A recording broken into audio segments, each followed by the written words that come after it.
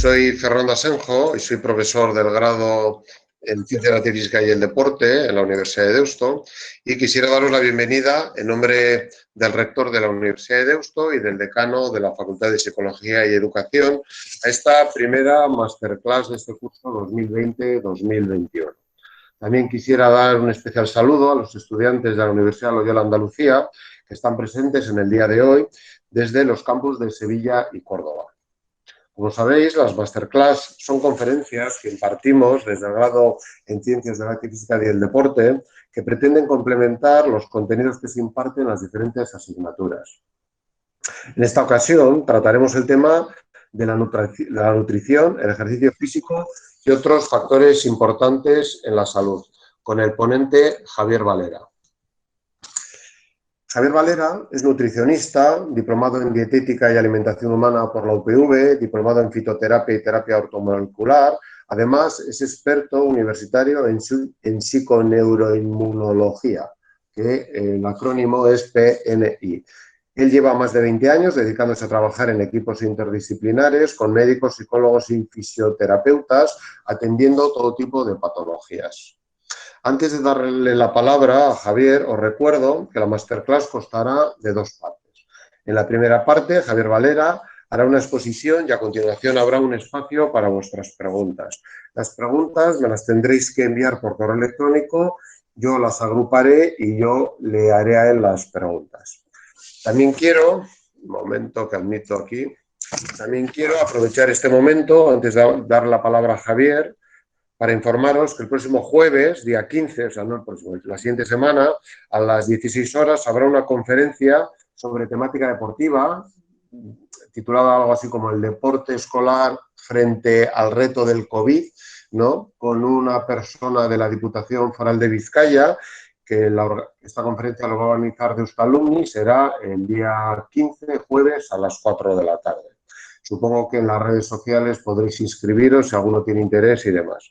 Por favor, igual que estáis ahora, mantened los micrófonos siempre apagados para no tener ruidos de fondo. Bueno, como sabéis, estáis viendo, estamos grabando la sesión y bueno, yo os agradezco a todos la presencia, especialmente la disponibilidad de Javier. Esta conferencia ya empezamos a hablarla el curso pasado y bueno, pues la hacemos en remoto por la situación que estamos viviendo todos. Bueno, Javier, muchas gracias y tu turno. Gracias, Fernando. Pues nada, creo que ya se me ha presentado. Voy a ver si puedo empezar directamente porque como que me ha ajustado mucho en el tiempo. Son cosas muy sencillas, a ver si así, pero he querido que no se quedara nada ahí. Ahí está, ¿verdad? Estoy compartiendo ya, ¿no? ¿O no? No, todavía, ahora estás Vale, está compartiendo. pensando esto. Ahora se está compartiendo, sí tarda un poquito. Vale, bueno, pues sin más, en vez de poner mi nombre, pongo mi logo. Un poquito a modo de resumen, desde ya decir que como idea general, lo que va a decir esta masterclass es que buena parte de la salud depende de las decisiones que tomemos. Entonces, antes de empezar, por supuesto, agradecer la oportunidad que me brinda la Universidad de Deusto, especialmente a Fernando Asenjo, por poder aportar mi granito de arena en este tema, ¿no? También agradecer a Iñaki Sainz su mediación y, por supuesto, agradecerles el interés y que hayan decidido acompañarnos hoy. Decía bueno, pues que es una cosa muy sencilla, que yo voy a presentar solo mi visión de la salud, que viene a ser un poquito, voy a dar al puntero, viene a ser un poquito algo más global que la propia nutrición. Espero que sea de utilidad para alguien, pero que, insisto, no va a ser nada complicado. Mi visión de la salud viene a ser un poquito una imagen como esta que engloba todo. Todos tenemos un potencial de salud y de enfermedad. Y de acuerdo con lo que encontremos en nuestro entorno y con nuestros hábitos, pues se expresarán en mayor o menor medida. Por supuesto que la nutrición tiene un peso, el ejercicio físico, pero hay otros factores. Cabe preguntarse cuáles son esos factores tan básicos que parece ser que impactan en la salud. Bueno, veamos un ejemplito de algo visual. Son dos elefantes que nacieron juntos, son hermanos. Uno pues anda por la sabana un poquito comiendo hierba, con su manada, y el otro, justo en el momento del nacimiento, fue capturado y creció en el zoo, donde está pues a una temperatura ambiente perfecta para elefantes. Le dan de comer forraje y un pienso que han hecho los zoólogos y algún nutricionista de elefantes. Y se mueve por su recinto, la gente le vitorea. Bueno, son hermanos, pero están en ambientes, en hábitats absolutamente diferentes.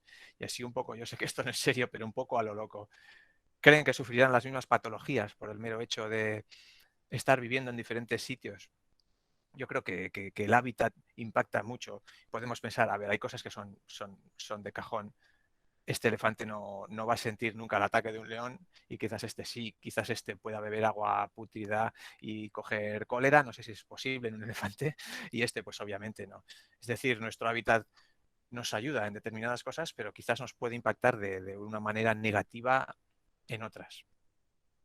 Entonces, el elefante tiene un medio natural de vida, que es este, y solo porque su medio haya cambiado y este no es su medio, yo sí opino que, que puede haber una cierta disponibilidad a determinadas patologías diferentes unos que otros.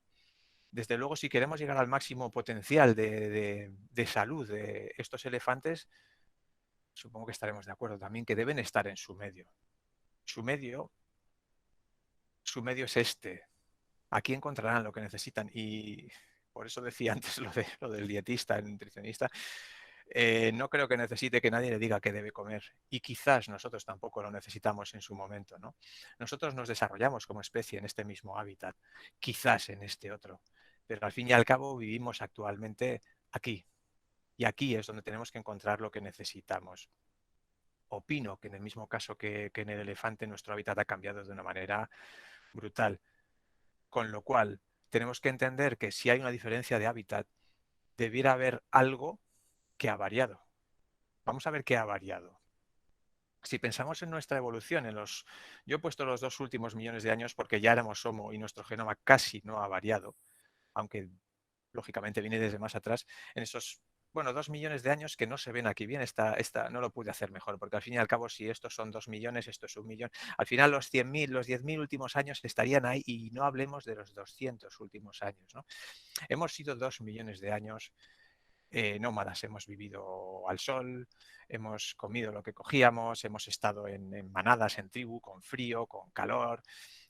Esto cambió cuando llegó el Neolítico, de hecho cuando acabó un poco la época glacial, y nos pudimos parar a plantar y a tener ganado. Al fin y al cabo son 10.000 años, que de cara al genoma es muy poco, pero es que aun saltándome eso, son los 2 últimos 200 años, la revolución industrial, la que realmente ha cambiado todos nuestros hábitos eh, emocionales, de alimentación, de ejercicio, lo ha cambiado todo. Veámoslo de una manera que yo creo que es mucho más visual, ¿no? Yo creo que si pensamos en los 2 últimos millones de años en número de generaciones, 76.667 generaciones de homínidos, de humanos.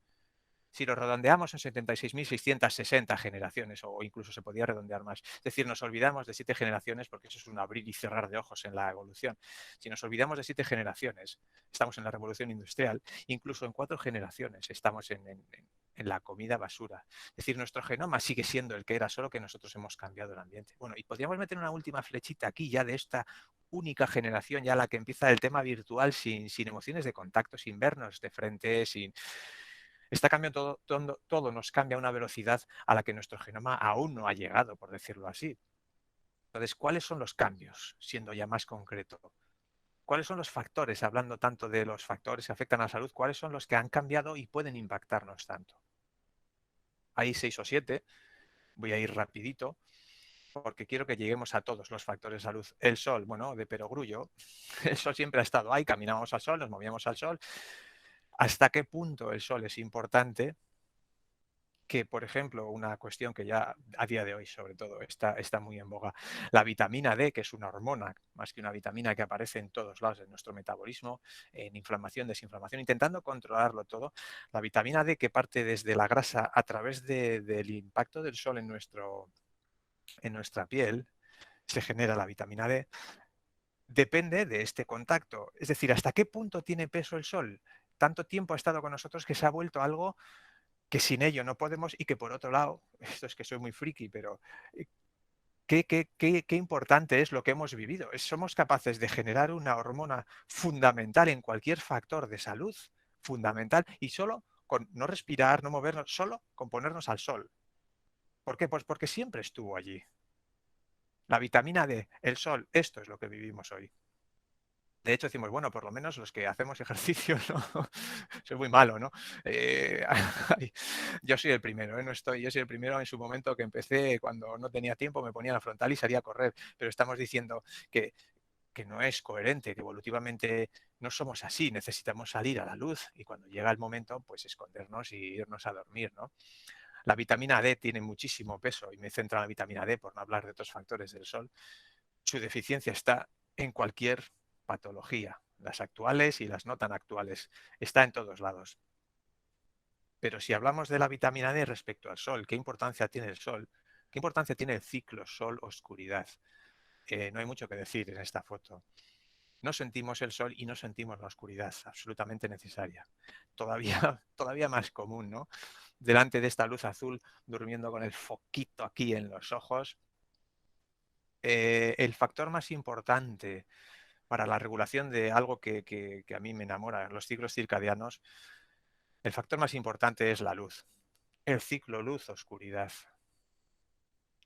Si conocemos, bueno, esto es de un post que colgué en mi web, si conocemos la importancia del sol respecto a cómo entra por la retina, el núcleo supraquiasmático, y cómo regula todos nuestros segundos relojes, es decir, nosotros tenemos un horario para que el hígado se encienda a la noche de 2, 3, 4 de la madrugada para adelante. Cómo a nivel endocrino también las hormonas se lanzan en un determinado momento, la hormona de crecimiento empieza a crecer y luego decrece según va llegando el cortisol para despertarnos porque entra la luz del sol.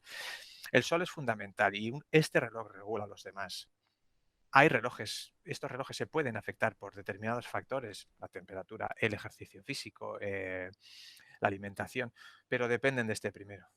Hay estudios muy, muy bonitos, lo siento por los ratones, los ratones encerrados en la oscuridad durante 24 horas mantienen estos relojes secundarios. Empiezan a perder minutos, incluso horas el segundo día, el tercer día. Llega un momento en el que casi están del revés y en vez de estar a las 2 o las 3 de la madrugada lanzándose el hígado a trabajar, está a las 5 o las 6. Pero en cuanto se asoman al sol, esto vuelve a centrarse, es decir, el reloj central es el sol. Parece una cosa como muy sencilla, pero es que nos estamos alejando mucho de nuestros horarios y muchas de las enfermedades crónicas actuales tienen algún tipo de relación con esta descompensación en los ciclos. Tuvimos sol y tenemos confinamiento, una palabra muy de ahora. ¿Qué más tuvimos? Actividad física. Nos desplazábamos al aire libre y hacíamos todo con nuestro trabajo, lo que hoy en día llamamos ejercicio. La actividad física es simplemente una necesidad, lo hacíamos por necesidad y sigue siendo una necesidad. Beneficios, pues los conocemos, todos y más. El tema es que no solo los beneficios de cara a cardio o todos los que podamos ver, sino la propia musculatura, a veces no se le da el peso que tiene. La musculatura es un órgano endocrino. A nadie se le ocurre hacer algo que no le importe perder hígado, voy a tener un hígado más pequeño. Pues parece que la musculatura es que es muy sano, hay que moverse. No, no, pero es que la musculatura es necesaria, informa al resto del cuerpo. En el equilibrio, siempre digo inflamación, desinflamación, aunque no sea así, en el equilibrio de salud es importantísimo tener musculatura. Y los estudios de hoy nos dicen que bueno, el 75% de la población actual no alcanza el mínimo estimado de actividad. El mínimo estimado ya de por sí es un mínimo minimísimo. Estamos hablando que solo un 25% de la población llega a ese mínimo. O sea, al mínimo, que ya es poco. ¿Qué genera? Pues al final tenemos una pérdida muscular. Es claro. Bueno, hay otros estudios que dicen que solo con un 10% de pérdida de masa magra se aumenta hasta un 10% la posibilidad de muerte. ¿Qué hacemos nosotros? Pues bueno, otra foto graciosa, ¿no? Nos vamos al interior de un edificio a través de unas escaleritas mecánicas a hacer ejercicio. El coche, todas estas cosas que tenemos hoy en día realmente nos obligan a no movernos. Esta diapo la metí cuando pensaba que igual podríamos hacerlo en vivo y en directo. Cuando subo por estas escaleritas, soy el loco de turno que todos giran la cabeza y miran, ¿no? Es que es normal. Es que ¿por qué vas a caminar si puedes evitarlo, ¿no? Incluso cuando aparece un peligro. Nosotros, por norma, lo que hacíamos era, no solo para buscar alimentos, cualquier peligro, cualquier león, siempre digo, que nos ataca, nos movíamos por obligación. ¿Qué teníamos? Movimiento. ¿Qué tenemos? Sedentarismo. Esto es de otros estudios que hablan de un tercio de población sedentaria. Ya hemos visto antes que incluso muchísimo más. Y ahora un apunte que quería meter y no sabía muy bien dónde, yo creo que es parte de lo que significa el movimiento, y es ver qué estresores teníamos. Está un poco fuera de todo lo que estoy diciendo, pero es que para mí es súper bonito ver que antaño todo lo que nos generaba un desequilibrio, cuando buscábamos el equilibrio homeostático, cuando queríamos que algo no nos hiciera daño, normalmente eran cuestiones de este estilo, factores externos, hambre, sed, frío. Si tengo hambre me baja el azúcar, nuestro cerebro lo percibe, envía dopa y dice, venga, muévete, busca, incluso si hay un depredador. Nuestra respuesta, ¿cuál es? Movernos, pura lógica. De hecho, lo descrito ya hace, no sé, casi 100 años por Cannon. Nuestra respuesta ante factores externos es movernos.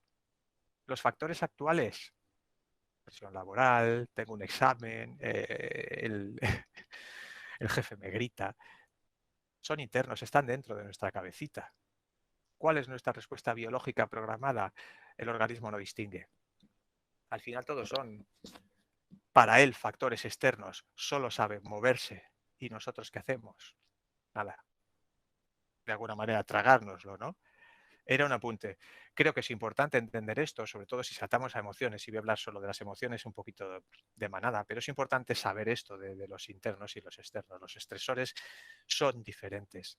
Siempre hemos tenido un tipo de emociones como mamíferos que somos, y esto es natural entre mamíferos y entre nosotros, aunque no se vea normalmente, esto es muy natural. Necesitamos del roce, necesitamos de la caricia, necesitamos hasta compartir. Estamos programados para ello. El bebé, el niño, para tener un desarrollo neuroendocrino, receptores, para que luego pueda enfrentarse al estrés, digamos, necesita del contacto de mamá, necesita el de papá, necesita, y todos necesitamos como adultos también esto, ¿no? Quizás en el Neolítico pudo cambiar cuando empezamos a tener comida para nosotros y nuestra familia y conseguíamos superar el invierno saltándonos a la tribu, pero llevamos más de 2 millones de años y yo diría más atrás, con un genoma. Es decir, el ser egoísta es patológico, es fuente de enfermedad. Una foto que quería meter porque sí, porque yo lo valgo. Es que es preciosa. Esto es de una neurocientífica, Rebecca Saxe, que besa a su hijo con 2 meses, con una resonancia magnética, y se ve como el cerebro pues monta una fiesta, ¿no? Como los determinados centros del cerebro se encienden. Estamos hechos para las caricias y para sentir, ¿no? Para tocarnos. ¿Qué hacemos hoy? Mi palabra preferida, esto es una aberración. Sin más. Potenciamos individualismo y no era así. Vivíamos momentos de peligro, luego desaparecía si no nos había comido el león, si no nos partía un pino a la cabeza cuando caía, y luego estábamos con la tribu, momentos de tranquilidad, de comer con el fuego y con la tribu. ¿Qué tenemos hoy? Expresiones de emociones perdón, emociones no expresadas, no contacto, emociones virtuales y lo que hablábamos antes, ¿no? Un ritmo de vida bestial y encima todo dentro de nuestra cabecita realmente, ¿no? El estrés ambiental suprime la plasticidad neuronal. Me van a permitir. Somos más tontos. Esto es un hecho. Pero si vemos lo siguiente, el ejercicio físico ejerce efectos opuestos. Sí, hace falta un estudio para decir esto. Bueno, el ejercicio físico nos fortalece en todo. En todo estamos hablando de nuestra cabecita también, ¿no? Nos hacemos más fuertes muscularmente. Entonces, hemos visto emociones, no tenemos contacto, ni la expresión de las emociones, de aceptarlas, de saber que están ahí en nuestro ritmo de vida. ¿Qué más tuvimos? Muy rápido, frío. Siempre hemos convivido con el frío. Si no con el frío, por lo menos con diferencias de temperatura. La verdad es que antes del Neolítico hemos pasado frío. Nuestras diferencias de temperatura. Si antes hablábamos de el sol y la oscuridad, ahora tenemos que hablar de cuando hay sol, cuando es de día, hace más calor que durante la noche. Muchas veces tenemos ciertas patologías, disfunciones, y simplemente es porque no descansamos. No descansamos porque no hacemos ejercicio o no lo hacemos cuando debemos, no comemos cuando debemos. No hemos pasado el fresquito que nuestro cuerpo espera. Quiero decir, abrir la ventana, darse un paseo antes de dormir. Pero no solo hay un cambio térmico en la noche y el día. O sea, hay un cambio estacional también, los días más largos en verano, más cortos en invierno. Nosotros, pues entre nuestras calefacciones, el aire acondicionado, no lo percibimos, no percibimos el frío tiene beneficios. Estos son los clásicos de que viva adelgazar, pero los ejercicios, el frío tiene muchos beneficios. La actividad física pasando frío adelgaza. Odio hablar de adelgazar, pero es la realidad. Estimula la quema de grasa blanca, de gorduras, porque entre otras de esto se encarga la grasa marrón, que cada día tenemos menos, que quema energía y la quema así. Es decir, el paso de glucosa a ¡fum! Desde la grasa es capaz de quemar sin pasar ni por ATP. Pero para ello hay que exponerse al frío. Exponerse al frío, pues salir a trotar en pantalón corto, no con todo tapado o indoor, ¿no? Bueno, hemos visto el frío, ya sabemos lo que hay, y nos vamos a por algo un poquito más entre los dos, la nutrición y el ejercicio. Hemos vivido siempre periodos de ayuno y esto a veces suena como un poco gordo, pues es que es nuestra manera de hacer. Siempre hemos vivido comiendo y no comiendo. Antaño no, teníamos una nevera repleta de comida. Este es un estudio precioso que he puesto porque creo que viene muy, muy al caso y queda bonito el poder entender que hemos vivido así. Es decir, comíamos y nos metíamos a descansar. Es que cuando comes te apetece descansar, reponer, hacer la digestión. Y cuando empiezas a sentir, como hemos dicho antes, cierta pérdida de azúcar, bajada de azúcar, una pérdida incluso de grasa, empiezas a ver que, oye, que empiezo a tener hambre. Pues nuestro cerebro nos dice, me voy a mover. Y si te vas a mover, el organismo pone los medios para hacerlo. Es decir, cuando estás en ayuno, se da la actividad física para buscar alimentos, para darme una fiesta. Voy a repetirlo. Me muevo en ayunas y cuando como descanso, que resuene al que le deba resonar. Esto solo quiere decir que somos capaces de engordar para aguantar un tiempo descansando. Los famosos genes ahorradores, que según los propios autores de este estudio dicen, este antiguo genoma ha permanecido esencialmente sin cambios durante los últimos 10.000 años. Yo no sé quién va a decir esto, diría que mucho más atrás. Pero según palabras de ellos, insisto, ciertamente con una sonrisa en la cara, ¿no? Como haciendo un pequeño chiste, no ha cambiado en los últimos, ciertamente no ha cambiado en los últimos 40, 100 años. Es decir, que esto, la evolución no funciona así. No queramos pensar que de repente ahora pues funcionamos diferente. Los genes ahorradores solo nos dicen que después de comer hay una especie de inactividad, ¿no?, física en la que me voy a descansar, relleno toda la necesidad energética de músculos y demás, y lo que me sobra, pues lo engordo. Cuanto más engordo, más tiempo puedo estar descansando, siendo radicales, en mi cuevita. ¿Qué pasa? Que voy bajando, voy adelgazando y el ayuno al final genera actividad. El ayuno genera actividad, es decir, la actividad va enlazada al ayuno. Los que están ahí, que tienen bastante más nivel que yo en esto, podrán saberlo, ¿no? No solo liberamos un montón de sustancias, glucosa y triglicéridos, ácidos grasos, a sangre para poder movernos, sino que el propio movimiento genera que puedan entrar hasta sin insulina a la musculatura, a la glucosa, gran herramienta en la diabetes, en la resistencia a la insulina actual por alimentación, no movimiento. Resumiendo, nos tenemos que mover con la tripa vacía, montar una fiesta después, todo este circuito de recompensa de he conseguido, me he movido y de repente como parece que sienta de otra manera porque realmente estamos programados para ello y más con la carga hedónica de los alimentos de hoy en día, ¿no? El, la programación que tenemos con determinados, si es dulce, si es para decir, más fiesta aún dentro del cerebro. Y luego quiero descansar, descansar, hacer digestión, no olvidemos descansar, hacer digestión, ayuno, movernos. Vale, eso significa que estábamos adaptados a condiciones duras, que estás muy loco, te tienes que salir a pleno frío a las 2 del mediodía, al calor en Sevilla, a trotar como un loco. No estoy diciendo esto, ni que debamos ayunar 27 días al mes. Estoy diciendo que estamos adaptados a condiciones duras, lo que nos hace que seamos bestialmente bien hechos. Somos capaces de engordar. Parece que no nos gusta. Es la bomba poder engordar. Estamos hechos para los momentos de ayuno. Quizás a día de hoy somos capaces de engordar, pero no hay momentos de ayuno. Y esto es un problema. Quizás, por ejemplo, uno de los datos sería nuestra cantidad de veces que comemos y los horarios de comida. Mira, de nuevo, ciclos circadianos, beneficios, estos son estudios, estudios, estudios y con palabras, horario restringido. A mí me suena como que, menudo estudio. Pues sí, de nuevo digo, esto es de perogrullo. Nos levantábamos con el sol, comíamos cuando podíamos y al atardecer nos íbamos a tumbar, a descansar, a escondernos, a guarecernos. Lo que no es de cajón es estar a las 11, las 12, la 1 de la madrugada con unas palomitas y un Kit Kat en la mano mirando la tele. Y quizás ese sea el problema. Estamos hechos para tener momentos de comida y momentos de ayuno. ¿Por qué? Porque, como decía, el ejercicio en estado de ayuno genera un montón de beneficios y prepara al organismo para el uso de toda esta grasa que hemos acumulado. Es decir, debemos adelgazar, pero debemos hacerlo a través del ayuno. Y voy a calcar unas palabras del propio estudio. Dicen los autores que el entrenamiento y el ejercicio a realizar debe ser acorde al objetivo que se busca. Lógico, hay sujetos que no toleran bien determinadas actividades en ayunas.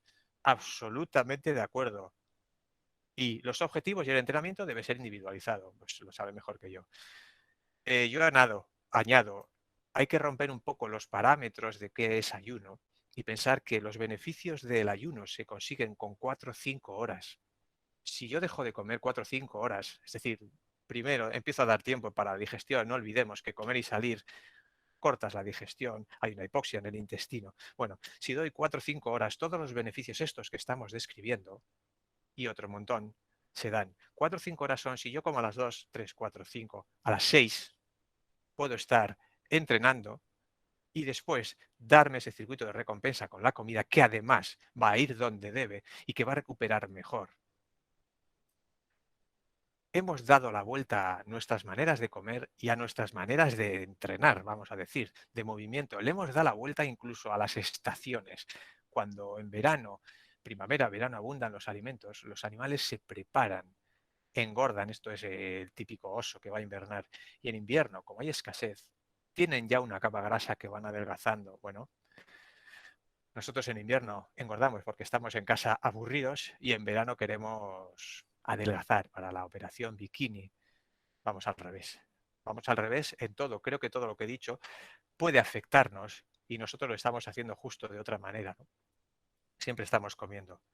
Y el último punto, muy importante, ya esto es más de mi ámbito, tenemos que comer lo mismo que el resto de cosas estaban, tenemos que hacerlas, tenemos que comer lo que había.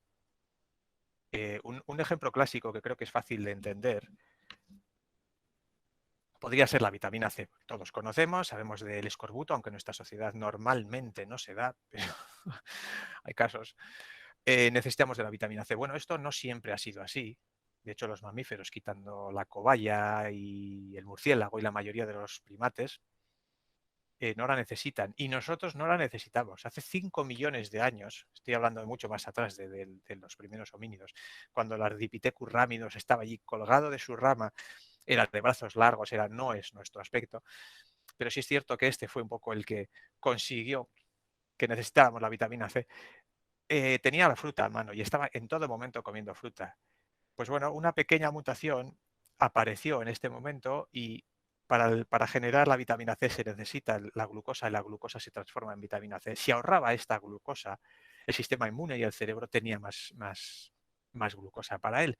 Con lo cual, esta mutación se quedó, es decir, pues tendría más cachorros y los otros no. En su momento fue positivo y se seleccionó este cambio. Bueno, en su momento fue positivo y lo es por otras cuestiones de ácido úrico, bueno, por otros circuitos, pero aquello que siempre estuvo hoy es una necesidad. La vitamina C es un caso, ya la conocemos.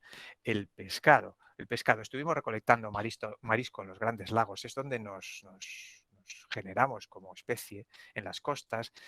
El pescado es necesario, la vitamina C es necesaria, zinc, yodo, selenio, grasas omega 3, omega 6, ¿por qué no? Aunque aquí estén en desequilibrio. Es decir, pescado. Grasas, vitamina D es una grasa, desde la grasa que parece ser tan mala según la calle, ¿no? Las grasas son malas, el colesterol. Desde ahí se forma la vitamina D en exposición a los rayos del sol. La vitamina A, otra vitamina grasa. Vitamina A, vitamina B12, absolutamente necesarias. Vitamina A, vitamina D, absolutamente necesarias, van a receptores nucleares. Con esto quiero decir que sus receptores son de alguna manera capaces de hacer expresar o no nuestra genómica, ¿no? son fundamentales. La vitamina A está en la carroña, en las vísceras de cuando comíamos carroña. A día de hoy quizás es un concepto olvidado, pero debemos comer casquería. Y algo un poquito aparte, la fibra, pues sí, sí, la fibra, pues por el bien de la microbiota, que sería para otras 25 charlas. La microbiota depende de la fibra, depende del ejercicio, de las emociones, de los horarios de comida, de si duermes bien. Bueno, pero al fin y al cabo necesita de su fibra. Pero es que la fibra está en la fruta, en la verdura, en las bayas, en todas estas cosas que siempre hemos comido. Ahora oímos el licopeno en el tomate hace esto y lo hace lo otro. La quercetina en la manzana, el resveratrol en la uva, la curcumina. Ya comíamos fruta, verdura y muchísimas bayas. Y la fibra estaba ahí. He puesto fibra por no poner la cantidad de antioxidantes y de cuestiones que necesitamos. Son cosas que siempre estuvieron ahí y a día de hoy muchísimas de las patologías relacionadas con la alimentación actual se relacionan con deficiencias en estos nutrientes. Así que resumiendo, factores importantes en la salud, los que hemos visto. El problema es que tenemos ahora confinamiento, sedentarismo, no contacto, no expresión de emociones, temperatura estable, siempre comiendo y deficiencia, no comemos alimentos. Los factores que encontramos de salud, ¿dónde los encontramos? En nuestro medio ambiente natural.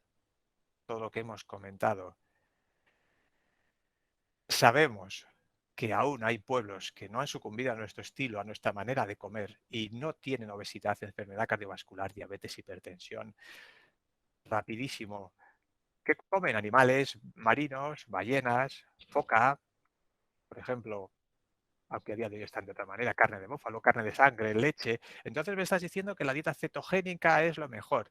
Bueno, estas personas son casi veganas. Ya estamos viendo aquí a un individuo bien mayor y está bien, está fuerte.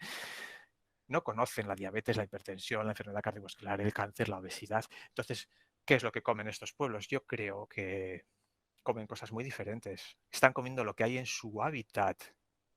¿Qué pueden tener en común? Pues cosas como que comen lo que hay allí, viven allí, tienen en común vivir en un entorno natural. Claro que el estilo de vida occidental es culpable de muchísimas patologías. Podemos ver a los famosos del rugby, a los australianos, dos generaciones, entre caquéxico y obeso. Y esta es impactante en una sola generación, los indios Pima. ¿Cómo comen? No, no. Yo no diría cómo comen. Han adoptado el modo de vida occidental, no solo su dieta. Ya no se mueven, ya no están al sol. Es fácil que ya no pasen el fresco que pasaban antes. Como he ido muy rápido, quiero lentecer esto para acabar. Miren estas imágenes, por favor.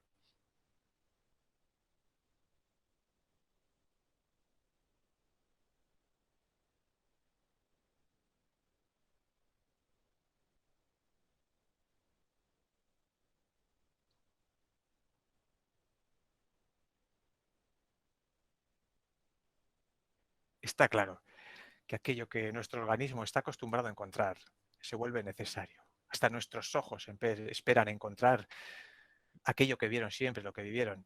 No en vano, no, no porque sí, las rotondas están pintadas de verde. Es un hecho. Nuestro entorno afecta. No estoy diciendo que vayamos en taparrabos a correr por el bosque y a coger la primera seta que nos encontramos. Estoy diciendo que no se puede comer en todo momento, que hay que valorar, expresar emociones, saber que están, permitirse descansar, alimentarse de alimentos, moverse al sol, moverse al fresco, moverse. Debemos tratar de encontrar un equilibrio entre la sociedad actual, nuestra ciudad donde estamos, y nuestras necesidades como especie. Esto es todo. Gracias y bueno, pues cualquier pregunta o si no consigo responder a todo, me tenéis a través de mi web, cogéis ahí mi mail, lo que sea. Pues muchas gracias, Javier. La verdad es que nos has dado una visión muy holística, muy global, un poco ¿no? de la sociedad actual y de cómo está la situación actual. Bueno, sí tenemos algunas preguntas y te voy a lanzar alguna a ver qué te parece. Nos preguntan si es adecuado un ayuno, si nos preguntan si es adecuado un ayuno prolongado, en un ayuno prolongado, por ejemplo, saltarse un desayuno o cena, por ejemplo, para una persona sana con peso normal. Es decir, saltarse una ingesta, ¿es adecuado eso o no para alguien normal? si es adecuado sin conocer el caso, ya siempre nos escaqueamos, pero es complicado. ¿Tiene beneficios? Generalizando, sí, tiene beneficios. Esto venía a ser un ayuno intermitente, ¿no? Un 12, 16 horas quizás, ¿no? El saltarse un desayuno, el llegar... El desayuno no te lo saltas. Es que aquí esta es parte de la coherencia. El desayuno no te lo saltas. Es cuando comes estás haciendo el desayuno. Otra cosa es a qué hora lo haces, ¿no? No es ninguna tontería, ¿eh? Tiene muchísimos, muchísimos beneficios. El tema está en que los beneficios que tiene el ayuno, esto es algo que normalmente no se suele decir cuando se habla, porque parece que se pone muy de moda el ayuno. Lo comparto, creo que debe ser así, pero los beneficios del ayuno se pueden conseguir con el ejercicio. Entonces, quizás primero tengo que dominar mi manera de comer, dominar quiero decir, tengo que estar haciendo muy bien las cosas, tengo que estar descansando bien, tengo que haber metido el ejercicio, tengo que haber metido el ejercicio en ayuno, es decir, no estoy exigiendo el ayuno. Vamos a probar por hacer ejercicio antes de desayunar. Luego desayunas a las 9, no estoy diciendo vete más allá, prueba. Esto también, como el ejercicio, hay que entrenarlo. O sea, si tus vías metabólicas están solo acostumbradas a quemar azúcar, si solo comes hidratos y dale, tienes unas subidas y bajadas que necesitas comer. Pero si poco a poco vas metiendo las grasas que necesitamos, el mismo cuerpo te lo va a pedir. Pero no es hacer ayuno. No es hacer ayuno intermitente, ayuno. Es que hay gente que salta a las 24 horas porque sí. Dices, pues yo no saltaría una maratón sin haber entrenado. Beneficios, pues favorece, así resumiendo, favorece la autofagia. O sea, al final en cardiovascular, en todo es súper necesario. Reduce inflamación, reduce triglicéridos, todo el perfil lipídico, mejora resistencia a la insulina. Bueno, de alguna manera, es que no hace todo eso, es que es parte de nuestra manera de hacer. Lo lógico es que salgas que te muevas porque necesitas recolectar o cazar. Lo lógico es hacerlo así. He ayunado. Bueno, pues si te has levantado a las 4 de la mañana, que tampoco es lógico, ya has salido a entrenar, no has desayunado tarde. Desayunas a las 6 de la mañana, lo has hecho como siempre. Pero has hecho lo coherente. Ha sido un ayuno realmente, ¿no? No sé si soy capaz de transmitir la idea. Claro que tiene beneficios, pero habrá que ver si esta persona tiene un nivel de estrés en su vida que le está consumiendo todo lo demás. Es que hay muchos factores. Ya, ya. No, antes hemos hablado al principio de eso, que no hay una receta, porque no hay recetarios, ¿no? Que cada persona es diferente. En esta línea también preguntan, si, y tú has hablado además de ello, ¿no? De que antes, bueno, que hubo una época a lo mejor que se comía mucha fruta y eso lo has relacionado con la vitamina y demás, ¿no? ¿Y de qué opinas de dedicar un día a la semana comer solamente fruta? O sea, un día solamente fruta. ¿Qué opinas de hacer eso? Es difícil opinar, habría que ver el caso, pero a bote pronto, lo mismo que puedes estar tranquilamente una persona que no conocemos, que tiene ninguna patología, no tiene una disfunción clara de nada, puede estar un día tranquilamente sin comer, lo va a pasar mal, pero teóricamente solo lo va a pasar mal. ¿No? Eh, la fruta es algo que siempre ha estado ahí. Yo soy una persona, de acuerdo con lo que estoy planteando, que creo en el omnivorismo. Pero ¿por qué no tendemos también al veganismo? ¿Por qué no? Y digo veganismo, es saltárnoslo todo, no vegetarianismo. Hay razas o etnias que viven, y esto rompe todos los parámetros de la nutrición, que viven casi absolutamente de coco. Estoy hablando de un 90 y pico por ciento de su dieta de coco. ¿La grasa es mala? Pues el coco tiene grasa, una grasa muy corta, el laurico diminuta, es grasa. Y lo demás, ¿de qué viven? Están en su medio y en su medio han sobrevivido. Exagerando mucho, si dejáramos de comer, si fuéramos respiróvoros, pero es que es lo que han hecho nuestros ancestros, sería normal, pero es que nuestros ancestros comían y comían mucha fruta. Pues yo no creo en el método detox. Voy a comer fruta porque... Pero también es cierto que no es normal cazar un mamut todos los días. No sé si me explico. De hecho, bueno, ya sabemos un poco que comer mamífero varias veces a la semana penaliza, tiene una cierta carga en la salud, ¿no? A día de hoy, pues sí que estaría bien quitarnos, porque además comemos mucho estabulado, cierta carga por la carne, ¿no? ¿Comiendo qué? Porque la fruta que comemos también, sin ser ya un derrotista, lo que estamos comiendo también da mucha vergüencita en las verduras, ¿no? El equilibrio puede estar en hacer bien las cosas y si en un momento dado te apetece comer fruta, comes fruta. Quizás el conocimiento no te puede llevar a decir come solo fruta un día y come mañana. Yo lo veo así, no digo que sea así. Otra pregunta que nos hacen es que, bueno, hay quienes pensamos o piensan que llevamos una dieta saludable, ¿no? Cuando queremos llevar una dieta saludable, bajo tu opinión, ¿cuál crees que es el error más común que se comete cuando tú crees que estás haciendo una dieta saludable, pero bueno, pero resulta que hay algo que es erróneo, que estás haciendo que no deberías de hacer? Es muy gordo lo que voy a decir, pero normalmente se cree que se lleva una dieta bien hecha cuando está comiendo lo que le ha dicho la sociedad que coma. De alguna manera siendo muy radical, no digo que deba ser así.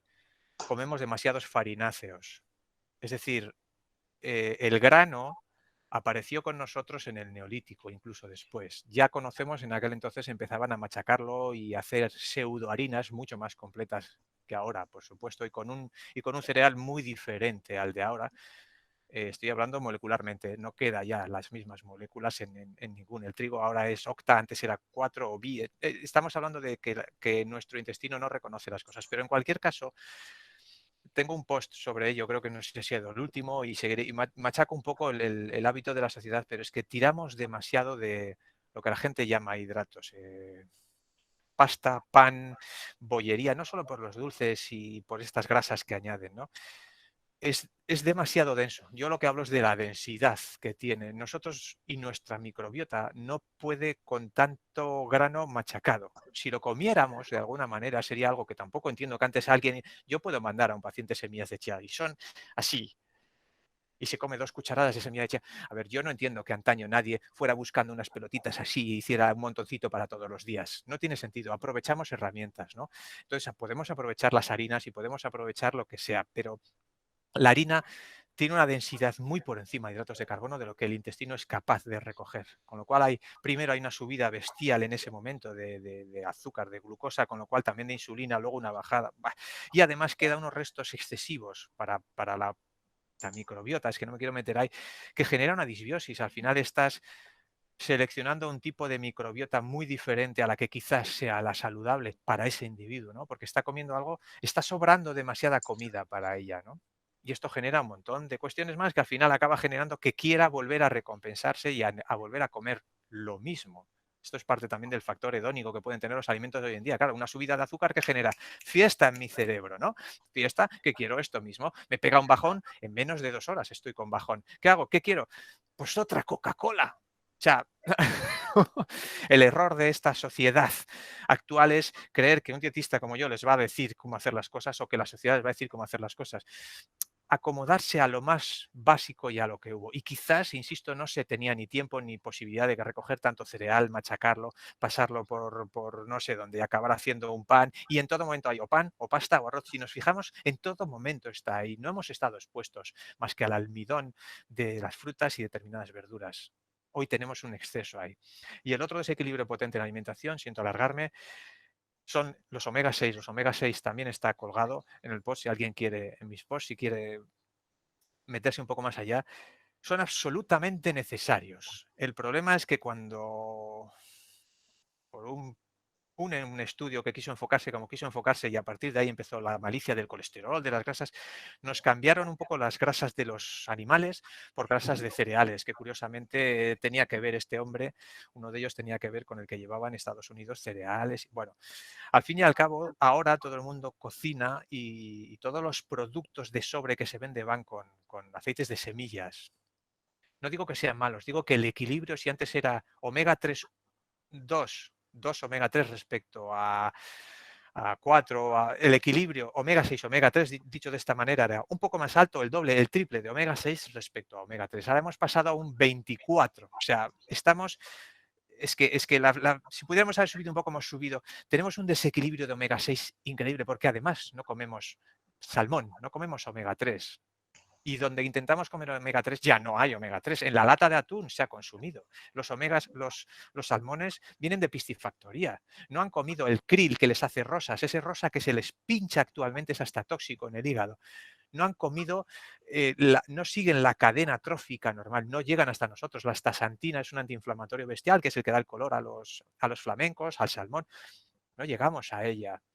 Los omega 6, los omega 3 es un desequilibrio por culpa de tanto producto y menos animales que se han movido. Me he liado mucho. No, está bien. Sí, porque nos das pistas y nos das ideas y eso se agradece. Otra pregunta que nos hacen es que, según tu opinión, ¿cuál sería tu recomendación de cantidades adecuadas que se deben ingerir en un día de los distintos grupos alimenticios? Para una persona normal, sana, joven, ¿qué cantidades? Habla de cantidades. Te diré que desde mi manera de verlo no hay una respuesta. Rotundamente no hay una respuesta, lo hemos dicho antes, no puede estar comiendo frutas un día perfectamente. De hecho, incluso cosas que estudié como malas en su momento, ¿no? Y las estudiamos a fondo cuando estábamos en la uni. Hay una dieta, no me gusta poner nombres, la dieta Dukan, ¿no? Aquella que intenta dividir por un lado lo que no tiene ojos o no ha tenido ojos, ¿no? Algo más proteico, que no es así respecto. Claro, a mí me ha parecido siempre una aberración, pero si no llevo tanto tiempo pensándolo. Si lo pensamos bien, cuando había caza, comíamos caza. Carne, carne, carne, carne. Y cuando no la había, llegabas y, aunque suene feo, las mujeres, las chicas, las hembras, eran las que habían estado cuidando a los cachorros y habían estado recolectando. Volvíamos y comíamos lo que ellas habían recogido y comíamos fruta, verdura. De alguna manera, igual hasta es válido. O no, miremos a las etnias que lo están haciendo y a ellas que les va bien. Ya, pero a ellas que siguen allí. Es que, y son tantos los factores, ¿qué debemos comer y cuánto? Pues te diré, yo que por ejemplo hago ayunos, eres un raro. Yo por norma, y me va mucho mejor, desayuno muy tarde, a las 12 a la 1 y es mi comida. O sea, yo hago la comida y pues depende. Yo soy un hombre, como bien se me ve, que viene de resistencia, casi ultra resistencia en su momento cuando era joven. Eh, mi daño orgánico ha sido tal que yo necesito una carga de hidratos bastante superior a la que necesitan los que, por ejemplo, tengo aquí algunos escuchándome que hacen CrossFit y demás. Ellos necesitan más proteína. Quiero pensar, porque es que es muy difícil saber las cosas, pero sí es cierto que yo me meta lo que me meta de proteínas y me ponga a entrenar lo que me ponga a entrenar. Yo no me pongo tan mazado como ellos porque vengo de otro lado. Yo necesito otro tipo de alimentación. Y mi hermano, no gemelo homocigótico, pero da igual si lo fuera, necesita otra, porque creo que me veis a través de la pantalla, ¿no? Es esto, aquí hay una carga de cortisol que funde, que quema y necesito hidratos. Esto depende de la persona. No sé si me pierdo siempre. Eh, una pregunta, te la leo textual porque yo creo que está bastante bien redactada y así yo no interpreto nada. Dice así, para una persona que ya hace ayuno intermitente 18/6 durante varios meses y quiere animarse a hacer un ayuno prolongado de 2 días, por ejemplo, la pregunta es, ¿qué micronutrientes crees que son indispensables tomar en ese tiempo para hacer un ayuno correcto? Wow, no los escribiría uno a uno.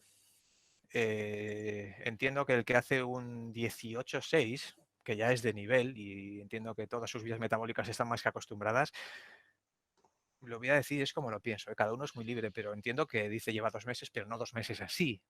Es decir, hay que ciclar, como hacen los fuertes, hay que ciclar. Hay momentos en los que quizás también encontrábamos un panal detrás de otro y nos los comíamos, ¿no?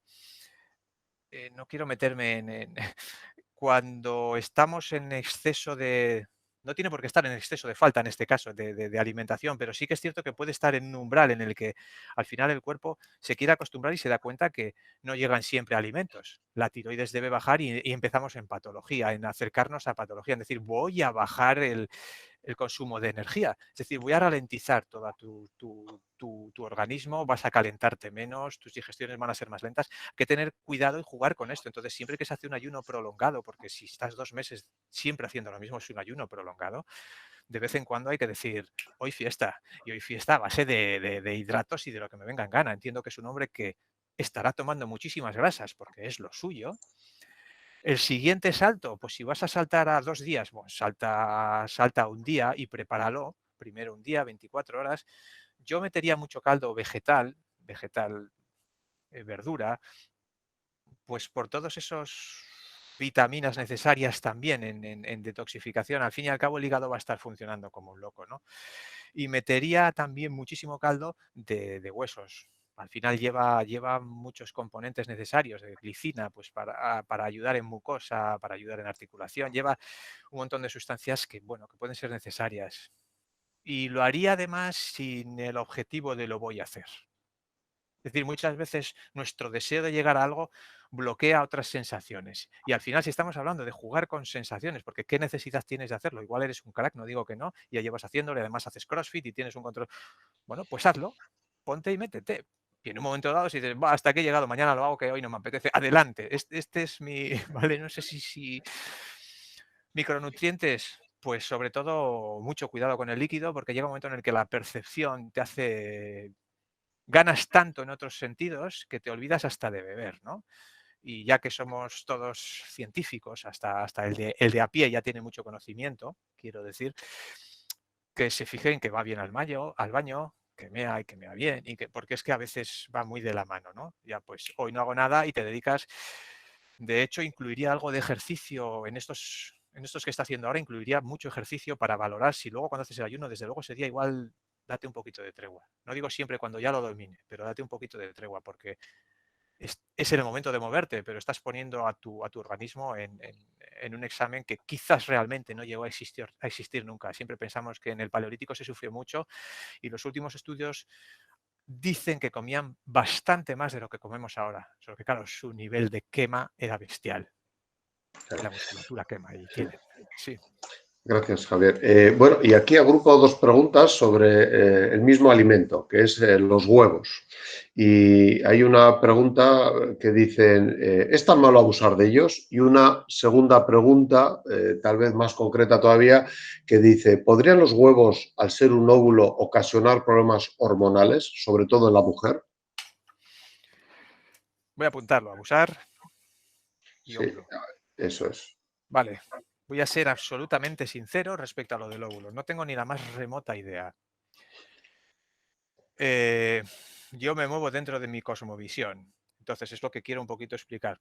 Sinceramente no he leído aún artículos que hablen de lo que puede hacer en la mujer. Lo que sí digo, que creo que responde un poco al otro, es que hemos comido huevos y no creo que nadie pensaba en su momento si estaba con la regla o no, o qué le podía hacer. Comía huevos porque no le quedaba otra y porque además es que el huevo es la bomba, ¿no? Aquellos huevos no eran los que son hoy. Entonces, ¿que va a afectar en su ciclo menstrual? Si lo hace, desde mi punto de vista, es porque los huevos que estás comiendo no son los de tu vecino que tiene gallinas sueltas. Es mi opinión, ¿eh? Lo estoy diciendo desde algo muy personal. Con lo cual respondemos a lo otro. Igual es porque está abusando. Claro, primero habría que definir qué es abusar y quizás se está guiando por los parámetros clásicos del estudio que daba de comer huevos y medía el colesterol en conejos. Ahora es cuando todo el mundo escucha y debiéramos menear la cabeza. Los conejos no comen huevos, ¿vale? Y a partir de aquí es donde empezamos un estudio y luego el otro y luego el siguiente. No tengo el tiempo. El colesterol solo nos está diciendo, claro, tenemos muchos colesteroles y desde luego hay muchísimas patologías y hay que valorarlo y ahí hay una relación con la enfermedad cardiovascular. Y si ya la tienes, mucho cuidado. No estoy diciendo que no, pero el colesterol sale a reparar. Cuando eres una persona que en un momento dado tienes el colesterol alto, y es que es la alimentación, y es que justo antes de los análisis además he hecho esto y he hecho lo otro, lo que te está diciendo es que tienes algo que reparar, no que bajes tu nivel de colesterol. Es mi manera de verlo. Igual tenemos que ver otros factores, igual tenemos que ver cómo comes, igual tenemos que ver cómo descansas, igual tenemos que ver qué te ha pasado últimamente, si has tenido el fallecimiento de algún amigo, porque el colesterol se va a lanzar a reparar, porque al final todos esos elementos internos que debieran ser externos afectan igual. Y dicen, ¿qué tengo que reparar? Y sale el colesterol. Sí es cierto que tiene que haber un equilibrio, no como lo describen, porque hay muchísimas más partículas de las que te hacen en los análisis de hoy en día, los básicos. El huevo, todos los estudios señalan a que el colesterol de novo, el colesterol que nosotros generamos es el que hace daño. El colesterol que comemos, de alguna manera, no es el que te va a subir el colesterol. Estamos hablando de menos de un 20%, siendo radical, aunque no sea así. Da igual lo que comas en cuanto a colesterol para que el colesterol te suba. Otra cosa es que la dieta de alrededor, la inactividad, el no salir nunca a la luz, estén afectando a todas tus arterias, a la íntima, a todo, y esté generando una respuesta inflamatoria. Si hay inflamación, los camiones se cargan de colesterol y salen a reparar. Tienes el colesterol alto, algo tienes mal. El huevo. Yo, por mi clínica y cuando por fin hemos hecho otros pasos, a la gente incluso con colesterol alto, le meto huevos. Y yo soy de los que creen que hay que dar descanso, pero te puedes comer 2 huevos al día todos los días. Como en el ayuno, todos los días. No te des todos los días huevo, porque tampoco es normal encontrar huevos todos los días en todas las épocas del año. Es que es muy complicado. Incluso no puedo decir qué hacer, porque a día de hoy lo encontramos todo en todo momento y con esto es con lo que jugamos. Y aun con todo, tenemos un embudo alimentario bestial. Comemos siempre las mismas cosas, lo que nos sienta bien, ¿no? No sé si he contestado.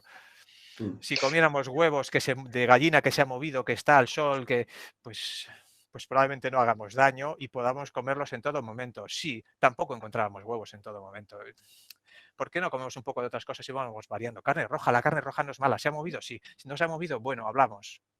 Entonces, ¿qué necesidad tenemos de comer tanta proteína actualmente y estar con tanta proteína cuando...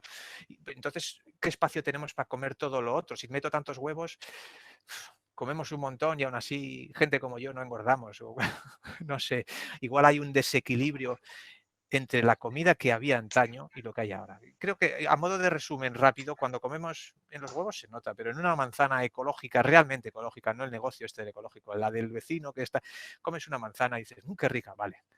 Te vas al supermercado, no voy a poner nombres, compras 3, 4, te las comes y dices, qué rica. Te has comido 3 o 4 contra una. Es que hasta la leptina, la saciedad es diferente. La cantidad de antioxidantes y no hablemos de senormesis, de la cantidad de cuestiones que aún no sabemos que están y que tenemos receptores para ellas, están en esas que son salvajes, no en el que ha vivido en un plástico a una temperatura estable y con el agua exacta. No necesita sacar nada, él está allí engordando y cogiendo almidón.